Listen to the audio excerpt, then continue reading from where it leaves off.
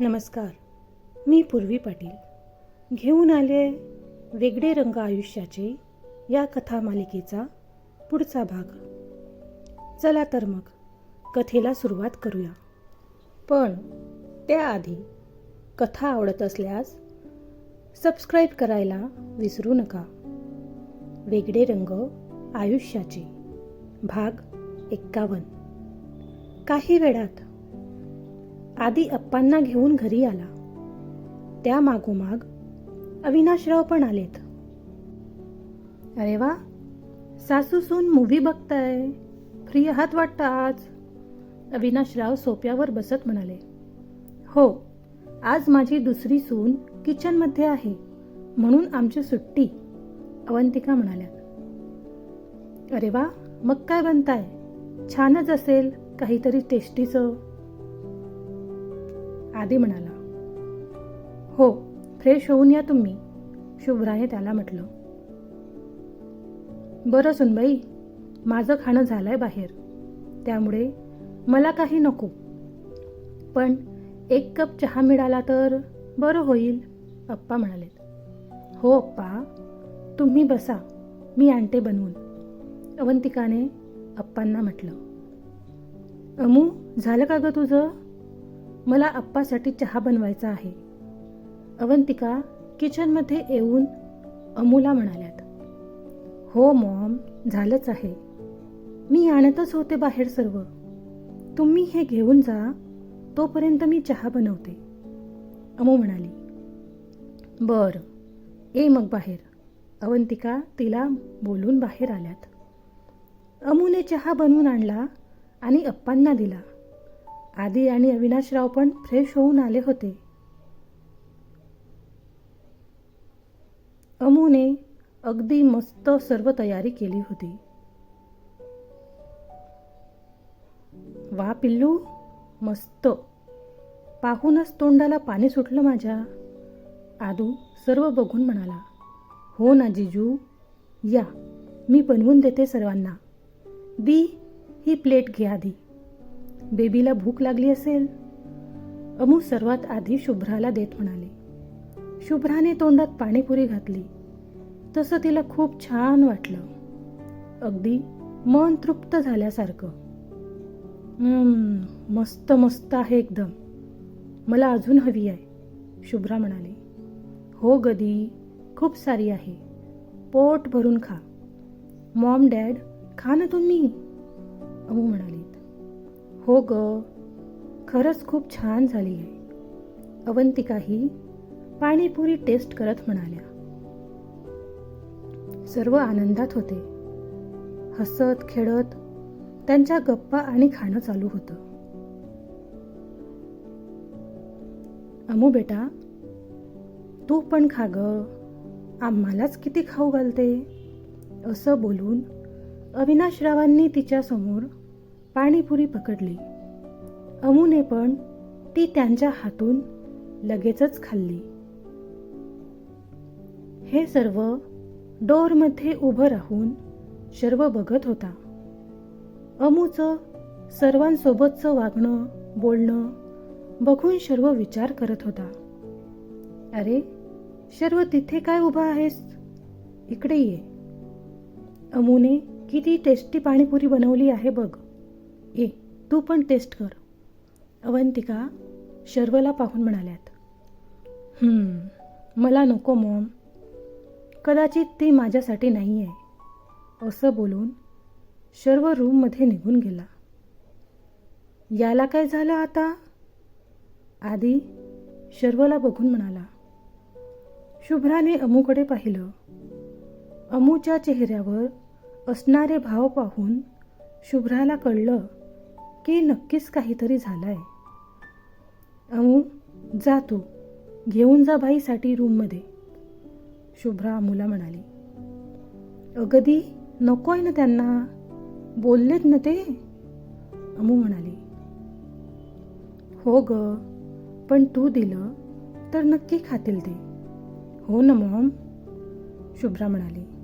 हो, जा ग, आवडते मी इथलं सर्व, अवंतिका अमूला म्हणाल्यात. अमू ना इलाजाने उठली आणि रूममध्ये गेली. तिने हातातील प्लेट टेबलवर ठेवली. तोच शर्व फ्रेश होऊन आला. शर्वने शर्ट काढून टाकला होता. त्याला तसं पाहून अमू गपचूप त्याचं बेडवर पडलेलं सामान आवरू लागली. शर्वने टी शर्ट घातला आणि तिच्या समोर येऊन उभा राहिला. पण अमू काही न बोलता गपचूप आवरतच राहिली. शर्वने तिच्या कमरेत हात घालून तिला जवळ ओढलं आणि तिच्या डोळ्यात पाहत म्हणाला, बोलणार नाहीये माझ्याशी? इतका राग आलाय माझा? गेल्या 4 दिवसांपासून मी झोपलो नाहीये नीट. बघ माझ्याकडे, काय हालत झाली माझी. किती तडसवणार मला. एक दिवस असा येईल ना की मी गप्प होऊन जाईल कायमचा.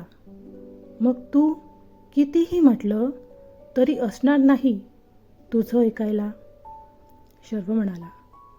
शर्वचं बोलणं ऐकून अमूचे डोळे भरून आले. तिने त्याच्या होठांवर हात ठेवला आणि रडतच त्याला मिठी मारली. असं नका न बोलू. तुम्ही मला कायम हवे आहात, अमू रडतच म्हणाली.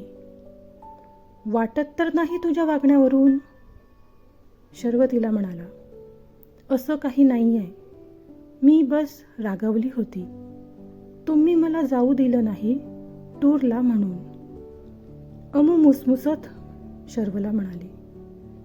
तू रागावलीस तरी चालतं मला, अगदी मारलंस तरी चालेल, पण हे असं बोलणं बंद करतेस ना तू. ते माझा जीव घेतं ग. नको ना असं करत जाऊ, शर्व म्हणाला. सॉरी, आता नाही वागणार असं, अमू कानाला हात लावत म्हणाली. शर्वने तिच्या कपाळावर होठ टेकवले. काही वेळ ते दोघे तसंच राहिले.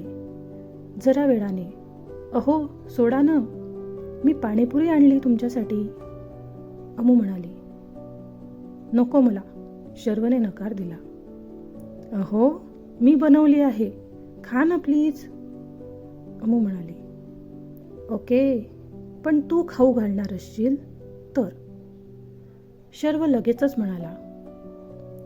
ॲडव्हान्टेज घेताय, अमू चिडून म्हणाली.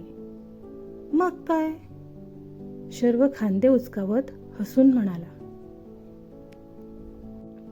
शर्व आ करून बसला तसं अमूने त्याला खाऊ घातलं. छान आहे, टेस्टी टेस्टी, अगदी तुझ्यासारखी, शर्व. हो बस आता, मी खाली जाते मॉमला हेल्प करायला. लेट नको व्हायला मला, अमू म्हणाली. तू कुठेही जाणार नाही आहे, कळलं ना.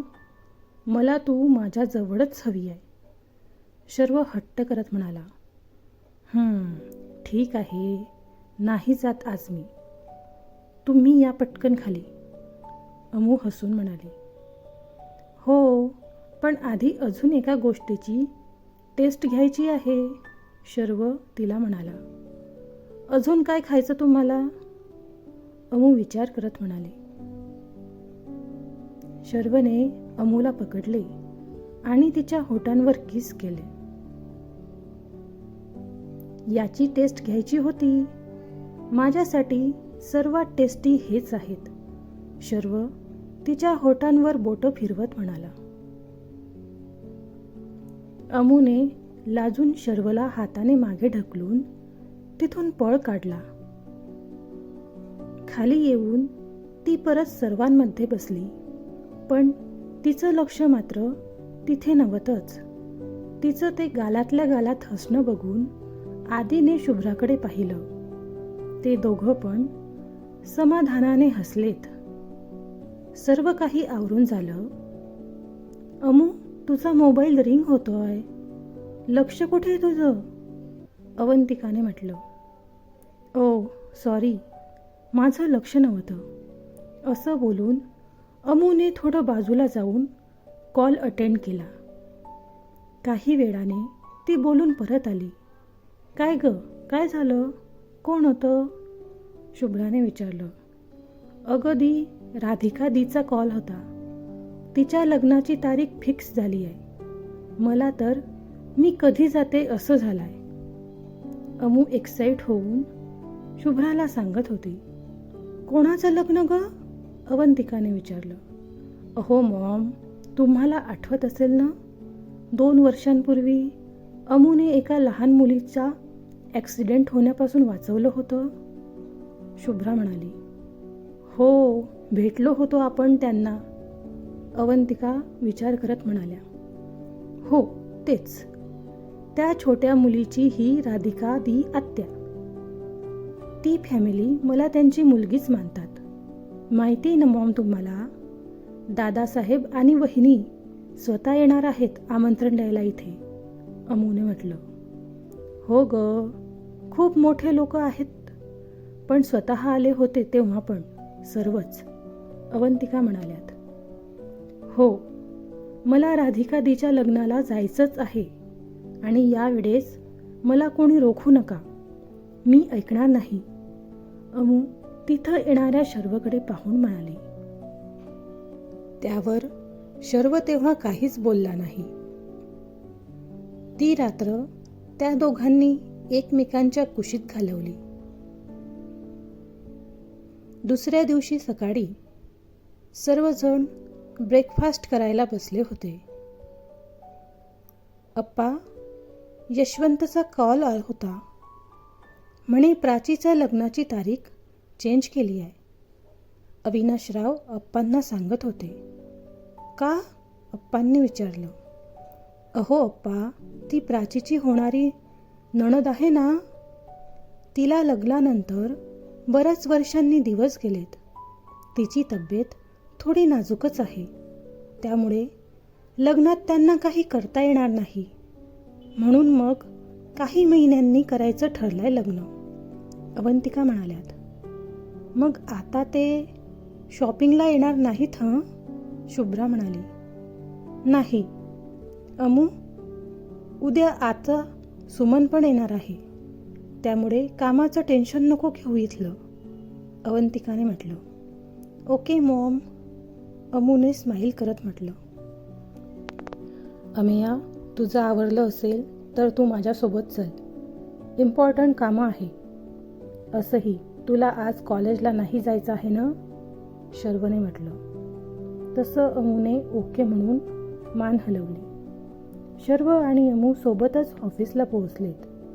त्या दोघांना सोबत पाहून सोनल भयंकर संतापली. दिवसभर तिची धुसफूस सुरू होती.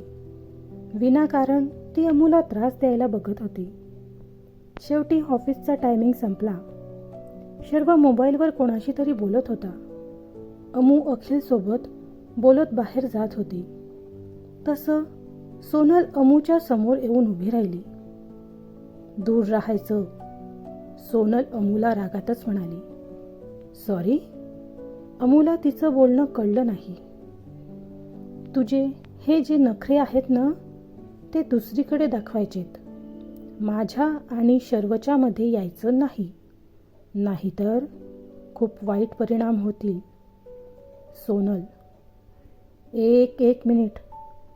कॅप्टन शर्व देशमुख, त्यांचा काय संबंध तुझ्याशी? अमू म्हणाली. वाईफ आहे मी त्यांची होणारी. कॉलेजमध्ये असल्यापासून अफेअर आहे आमचं, सोनल अमूला म्हणाली. काय? अमू आणि अखिल दोघंही सोबतच आश्चर्याने म्हणाले. हो, लवकरच लग्न करणार आहोत आम्ही. त्यामुळे तू जो सारखा त्याला चिटकायचा प्रयत्न करते तो बंद कर, सोनलने म्हटलं. ए सोनल, चिकटत अमू नाही, तूच चिकटत असतेस शर्वला. तो तुझ्याकडे ढुंकून पण पाहत नाही आणि म्हणे अफेअर आहे. अखिल तोंड वाकडं करून म्हणाला. तू गप्प बस रे. तू आणि तो अभय, सोडणार नाहीये मी तुम्हा दोघांना. बस एकदा शर्वसोबत लग्न होऊ दे माझं, मग बघ. आणि तू ग, लांब राहायचं शर्वपासून. काय?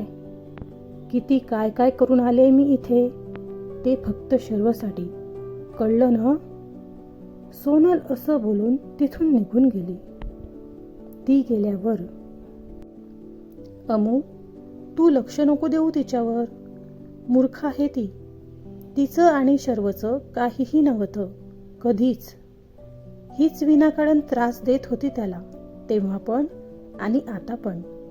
शर्व फक्त तुझ्यावर प्रेम करतो. तू त्याच्यावर चिडू नकोस प्लीज, अखिल म्हणाला. अरे दादा, किती पॅनिक होतोय. मी कशाला रागवू त्यांना. हिचं ऐकून कोण लागून गेली ती. माझ्या नवऱ्यावर खूप जास्त विश्वास आहे. असं कोणी काहीही येऊन सांगेल आणि मी त्यावर विश्वास ठेवणार का? इतक्या हलक्या कानाची नाही आहे मी, अमूने म्हटलं. खरंच ना बच्चा, अखिल आनंदात म्हणाला. हो रे बाबा. तिच्यासारख्या कितीही आल्यात तरी शर्व फक्त माझे आहेत, माहिती मला.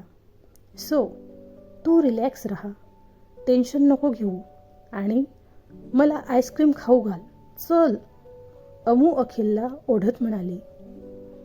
आतापर्यंत त्यांचं बोलणं ऐकणाऱ्या शर्वला अमूचा खूपच अभिमान वाटला.